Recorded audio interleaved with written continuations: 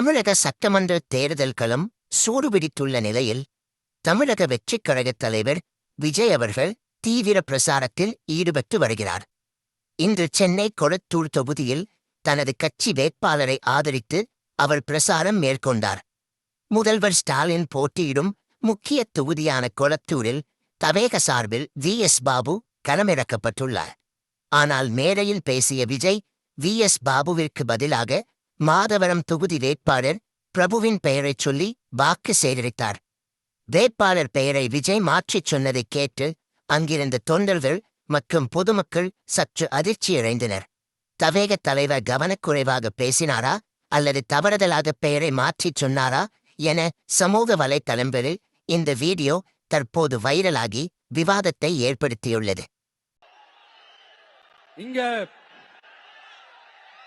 நம்ம வேட்பாளர் இருக்கிறாங்க,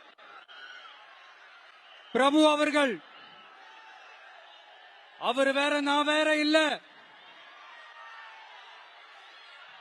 தயவு செஞ்சு விசில் சின்னத்துக்கு ஓட்டு போடுங்க.